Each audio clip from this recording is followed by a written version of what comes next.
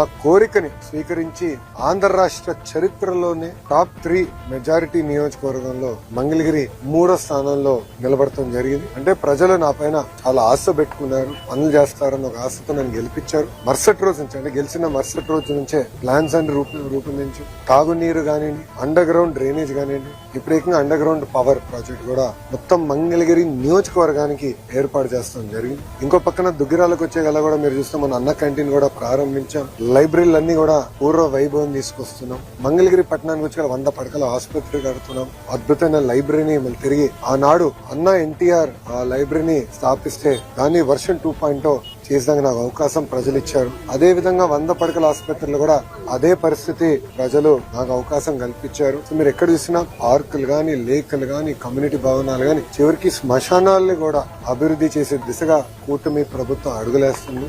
2 సంవత్సరాల్లో పనులు కొన్ని చేసినాం. అన్ని చేసామని కాల్ దగ్గర తిరగట్లేదు. చేయాల్సిన పనులు కూడా ఇంకా ఉన్నాయి.